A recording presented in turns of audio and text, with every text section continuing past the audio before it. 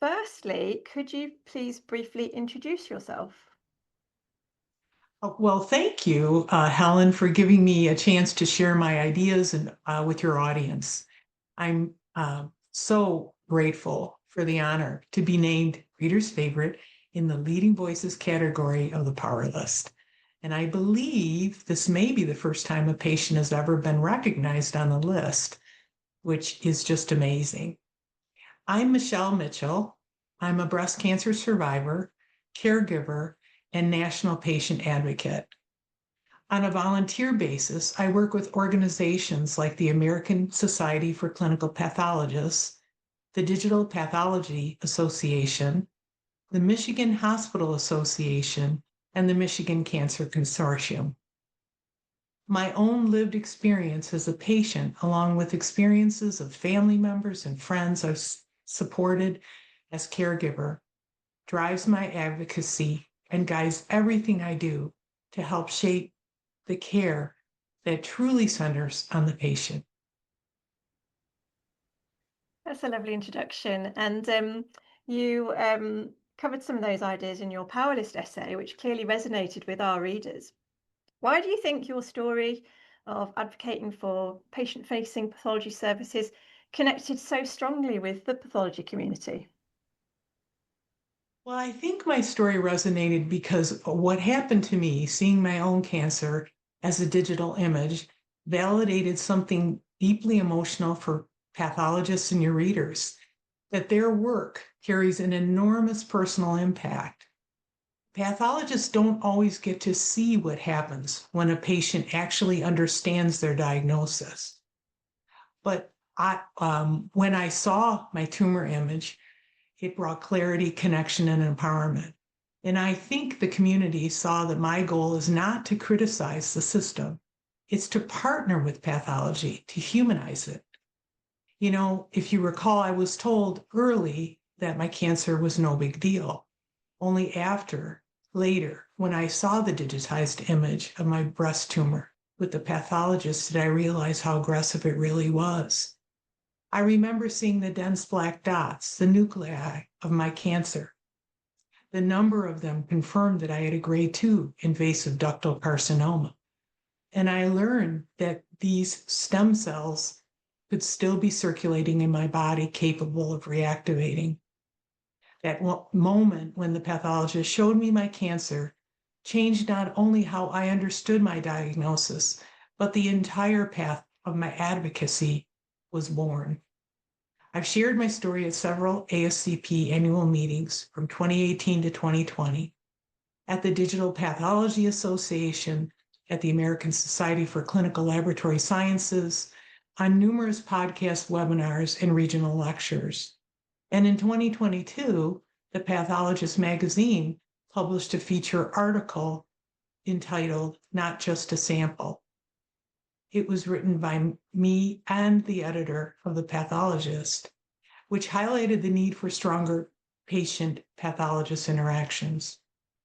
I want pathology and laboratory medicine to be recognized as essential members of every multidisciplinary care team, not the invisible doctor's doctor who never meets the patient. And I think that message truly resonated with the community.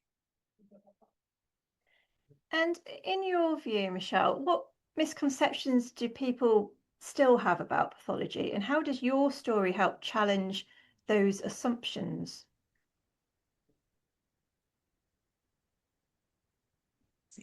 Well, thank you for that question. I think that most patients behind that slide do not know much about the field of pathology. They may not know just how critical pathologists are in their journey. Most pathologists don't know much about the patients that they serve. Yet pathologists can provide answers as they tend to the welfare of those who look for answers and hope. The most common misconception is that pathologists work in isolation, disconnected from patients and clinical decision-making. I think my story challenges that by sharing how profoundly impactful my own encounter with the pathologist was. I hoped to show that pathologists are not just scientists behind the microscope. They are physicians who hold life-changing information. And when they share that with patients, it transforms everything: understanding, anxiety, trust, and ultimately care outcomes. Patients value these interactions more than the field realizes. Indeed. And on that note, I'd like to talk about pathology clinics, which you also mentioned in your essay. You've recently seen your idea for a formal certification program for pathology clinics actually come into fruition. So perhaps you could tell us how that might help to advance pathology's impact on patient care. Well, thank you so much for that question, Helen. Honestly, this may be one of the accomplishments I'm most proud of. And it really truly shows that the ASCP is walking the talk when it comes to patient-centered care. If I may, a little background. I first connected with Dr. Legia Joseph at Tufts Medical Center, who had been developing pathology clinics. After my own empowering meeting with the pathologist who showed me my tumor, Legia and I realized we shared the same passion: helping patients truly understand their disease. And we became fast friends and soon talked about something bigger: creating a formal certification process to legitimize this work and train others to do it well. As an ASCP patient champion and part of the steering committee, I pitched the idea.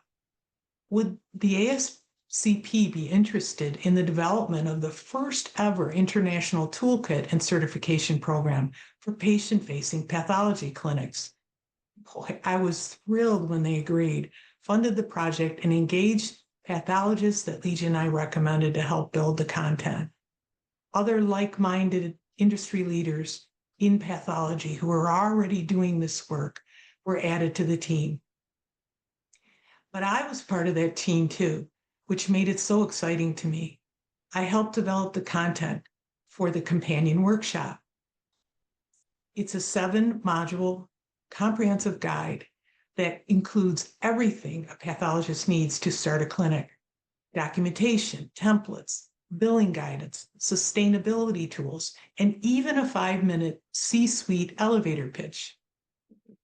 As you know, my own experience meeting with a pathologist gave me firsthand insights in how powerful these conversations can be.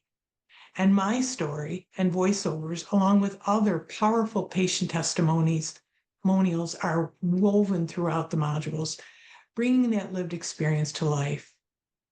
I was involved in writing key sections of the workshop, including an overview of the Cures Act and how that unblocking rule affected patients, the patient impact section, and providing guidance for scripts for conducting the clinic visits, and even tips on how patient and family councils can strengthen the clinics.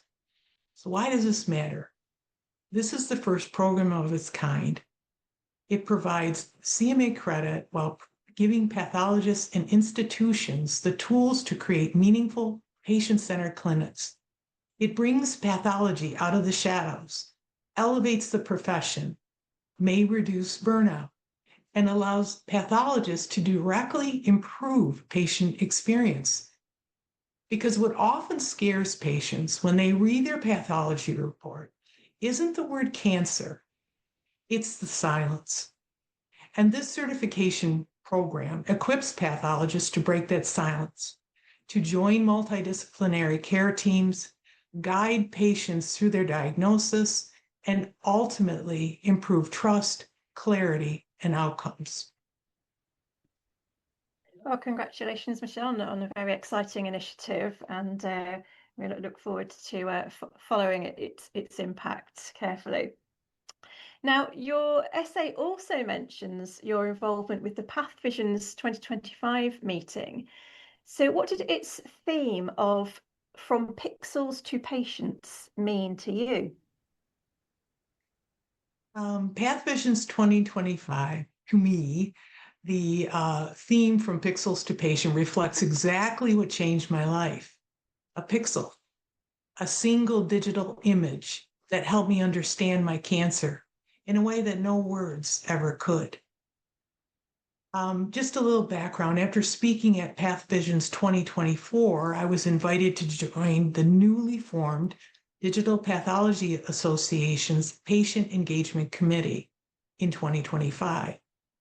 I'm the only patient on that committee, yet I was treated as an equal, titles checked at the door. I was entrusted with leading many aspects of PathVision's 2025 at the conference this past October, bringing the stories to life in a way that honored the 2025 Pixels to Patients theme. I led the launch of the DPA's first ever patient-focused e-poster category, marking the inaugural year that presenters could opt to have their scientific posters evaluated through a patient-centered lens, a meaningful first for the DPA organization. I worked with others to help develop the categories for the judging criteria: patient meaningfulness, clarity, and empowerment. And I assembled a team of patient reviewers who selected the winning poster, expanding diagnostic access in the Amazon through digital pathology. I also created a presentation for the PathVision's attendees to understand the work of the newly formed DPA Engagement Committee, and collaborated with a production company to develop the Pixels to Patients video series, featuring stories from Dr. David Lee, pathologist at Mayo Clinic in Florida, who runs his own pathology clinic and is a cancer survivor himself. Eva Grazel, she's an oral cancer survivor and an ASCP patient champion, and my own journey. Each 1 to 2 minute video begins with a Pixar-style animated character describing how digital pathology shaped their experience, ultimately revealing the real patient behind the animation. These stories played throughout the venue and are now available on the DPA website. I also participated in 2 sessions at the conference, a panel discussion with industry leaders focused on the essential role of the patient and how digital pathology can serve as a powerful tool for clarifying and understanding. During this session, we highlighted the fundamental goals of the DPA committee. The committee, I also delivered my own session, co-presenting the Michigan experience with Dr. Mustafa Yusuf. Together, we highlighted the University of Michigan's successful breast pathology clinic and the essential role that the Patient and Family Council played in shaping and advancing the clinic's development. So to me, From Pixels to Patients captures the power of digital pathology to turn images into understanding and understanding into better patient care. And on that theme of images being so empowering for patients, how important is art to patient advocacy? Well, art has been essential to my healing and really my advocacy work.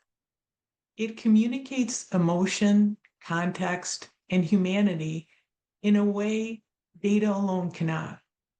After my diagnosis, watercolor painting became a way to process what medicine alone couldn't explain: the emotion, the fear, the reflection, and the hope.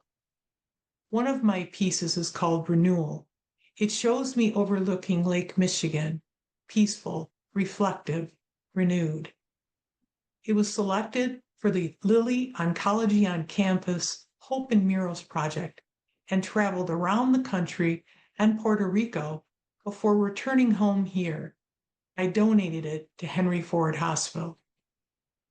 That painting tells one part of my story, my personal journey towards healing, but it also reminded me of something deeper. Behind every moment of recovery, there are people, often unseen, whose work makes that renewal possible. So another piece, the patient behind the lens, tells that story. In the painting, a microscope shows cancer cells through one eyepiece and my face in the other. It really is a tribute to the pathologists, laboratory professionals, and care teams whose work is often invisible, yet profoundly personal to patients like me. I've submitted this piece to several competitions, including at the ASCP, the Pathologist's Picture Perfect Pathology, and the Art of the Laboratory competitions. Today, it hangs in the Department of Pathology at Michigan Medicine. I hope my paintings remind pathologists and laboratory professionals what their work truly means to us as patients, that behind every slide is a human story. Their expertise, their vigilance, their compassion, it all matters. Their dedication to saving lives, it saved mine. Art creates empathy, and empathy strengthens care. That's lovely, Michelle. And another important aspect to your advocacy work is using social media. So I wanted to ask you, how has social media helped you work towards your advocacy goals? Well, social media has become a pivotal tool in my advocacy work, bridging the gap between patients and pathology and laboratory professionals. These platforms create vital spaces for conversations that might not otherwise occur in clinical settings. And through social media, I share patient stories, highlight unmet needs, and try to showcase innovations in pathology. I use LinkedIn, Instagram Reels, and my own YouTube channel. I post updates of my advocacy efforts and try to produce short, accessible videos to help patients understand how pathology impacts their care. I've taken part in numerous podcasts and webinars across various platforms. I'm currently working with a pathologist on a panel discussion with the DPA Pathology Committee. In addition, I'm working with a molecular pathologist and a member of the DPA Education Committee, with help from you, Helen, on an article for the Pathologist magazine. We want to entitle it Biomarkers to Bedside, Integrating Molecular Diagnostics and Patient Voices in Modern Precision Care. Through the article, we hope to illustrate how molecular pathology has transformed treatment selection for many patients. Changes that often remain invisible, inaccessible, or misunderstood. I look forward to sharing this through social media once it's published. But I remain open to partnering with laboratory professionals and pathologists to break down common lab tests into simple, patient-friendly terms. I'm deeply committed to making pathology and lab report results more understandable. While I've often turned to tools like ChatGPT for my personal understanding, I believe health and care institutions themselves can and should do more in this area. I'm also very interested in how AI and large language models can support this effort, transforming how patients experience and understand their disease. Social media does more than educate, it builds community. It connects patients to peer support networks, offers trusted voices to counter misinformation, and provides a safe place where people can learn at their own pace. For pathologists and lab professionals, these platforms encourage collaboration, spark dialogue, and extend the outreach of patient-centered efforts far beyond conference rooms. Social media helps transform isolation into connection, pixels into people, and information into empowerment, all essential steps toward improving the patient experience. If anyone is interested in learning more or collaborating, I welcome you to reach out to me at mmmitchell99@gmail.com. you've talked such a lot about your amazing advocacy work today, but finally, what advice would you give to somebody else wanting to become involved in patient advocacy? Well, I would start with your own story. Your experience, whatever it is, has value. Begin by advocating for yourself. Remember your power. Your lived experience is expertise. Then find your footing. Once you become confident in advocating for yourself, your voice will grow stronger. And then this becomes the foundation for becoming a trusted advocate for others, whether family, friends, or fellow patients. Choose your path. Identify one organization whose work aligns with your passions. Connect, volunteer, and contribute. But be patient with yourself. Advocacy is not about titles or power. It's about using your voice to improve care for someone else. And embrace the paradox. Expect pushback, but do it anyway. Some providers or healthcare professionals may not be comfortable with your questions or self-advocacy. Be assertive, but professional always. Bring someone with you for support as you start your advocacy journey. Advocacy is often challenging. People may understand you, question your motives, or resist change. I'm reminded of the Paradoxical Commandments by Kent M. Keith.